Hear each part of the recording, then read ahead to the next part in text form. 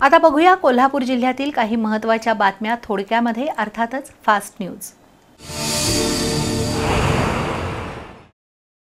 इचलकरंजीतील महाराणा प्रताप चौकात डॉक्टर अभिनंदन धोत्रे यांचं धन्वंतरी क्लिनिक आहे। एका तरुणीचा विनयभंग केल्याप्रकरणी डॉक्टर धोत्रे यांच्या विरोधात गावभाग पोलीस ठाण्यात गुन्हा दाखल झालाय। सध्या डॉक्टर धोत्रे फरार आहेत।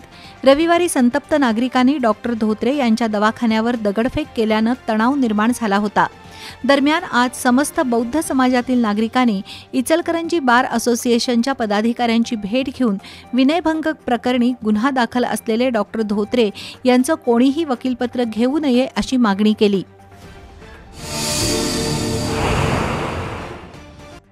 हर घर तिरंगा मोहिमेअंतर्गत आज इचलकरंजी महापालिकेच्या वतीनं मोटरसायकल रॅली काढण्यात आली। छत्रपती शाहू महाराज पुतळ्यापासून सुरू झालेली ही रॅली विविध मार्गावरून फिरून महापालिकेजवळ आली। यावेळी सर्व अधिकारी आणि कर्मचाऱ्यांनी तिरंगा प्रतिज्ञा घेतली। 13 ते 15 ऑगस्ट या कालावधीत प्रत्येक नागरिकांनी आपल्या घरावर तिरंगा ध्वज फडकवण्याचं आवाहन या रॅलीद्वारे करण्यात आलं। महापालिकेचे अतिरिक्त आयुक्त प्रसाद काटकर, उपायुक्त सोमनाथ आढाव, मुख्य लेखा अधिकारी विकास खोळपे, सहाय्यक आयुक्त विजय राजापुरे, अग्निशमन अधिकारी सौरभ साळुंखे, क्रीडा अधिकारी संजय शेटे यांच्यासह अधिकारी, कर्मचारी आणि शिक्षक रॅलीमध्ये सहभागी झाले होते। इचलकरंजी शहरात 842 फेरीवाले आणि पथविक्रेत्यांची नोंद आहे। फेरीवाल्यांचे झोन ठरवणे, धोरण ठरवणे, त्यांच्या अडचणी सोडवण्याबाबत प्रशासनाकडे शिफारस करणे, पुनर्वसन करणे अशा विविध कामांसाठी इचलकरंजीमध्ये पथविक्रेता समिती सदस्य निवडणूक कार्यक्रम जाहीर झालाय। 20 सदस्यांच्या या समितीचे पदसिद्ध अध्यक्ष महापालिकेचे आयुक्त आहेत। या समितीमध्ये शासकीय सामाजिक संघटना वर्गातून एकूण 12 सदस्यांची नियुक्ती होणार आहे, तर उर्वरित 8 सदस्यांसाठी निवडणूक कार्यक्रम जाहीर झालाय। त्यासाठी 842 जणांची प्रारूप मतदार यादी प्रसिद्ध करण्यात आली। आरक्षणाची सोडत 14 ऑगस्टला असून 21 ऑगस्टला छाननी तर 23 ऑगस्टपर्यंत उमेदवारी अर्ज माघारीची मुदत आहे। 29 ऑगस्टला जुन्या नगरपालिका इमारतीमध्ये मतदान होणार असून त्याच दिवशी निकाल जाहीर होणार असल्याचं काटकर यांनी सांगितलं।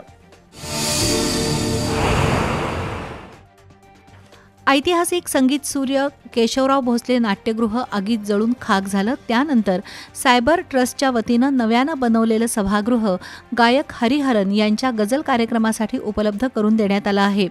याबद्दलची माहिती पत्रकार परिषदेत देण्यात आली।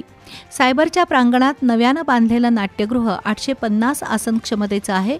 सुमारे 10 कोटी रुपये खर्च करून अत्याधुनिक असं हे सभागृह संस्थेच्या शैक्षणिक आणि सांस्कृतिक कार्यक्रमासाठी वापरलं जाईल अशी माहिती सायबर कॉलेजचे प्राचार्य डॉक्टर SP रथ यांनी दिली। पत्रकार परिषदेला डॉक्टर विनायक साळुंखे, प्राध्यापक राजेंद्र परिजात, आनंद कुलकर्णी, गिरीश महाजन यांच्यासह पदाधिकारी उपस्थित होते। जायंट्स ग्रुप ऑफ कोल्हापूर सहेली ग्रुपच्या वतीनं गेली 19 वर्ष विविध सामाजिक उपक्रम सुरू आहेत। याचाच एक भाग म्हणून शिवाजी पार्क इथल्या विक्रम हायस्कूलमधील गरीब होतकरू विद्यार्थ्यांना शैक्षणिक साहित्याचं वाटप करण्यात आलं। विद्यार्थ्यांना स्कूल बॅग, गणवेश आणि शालेय उपयोगी वस्तू देण्यात आल्या। यावेळी प्रमोद शहा, श्रीराम रेवणकर, DB शिंदे, आशिष ढवळे, अनिता ढवळे तसंच सहेली ग्रुपचे पदाधिकारी उपस्थित होते।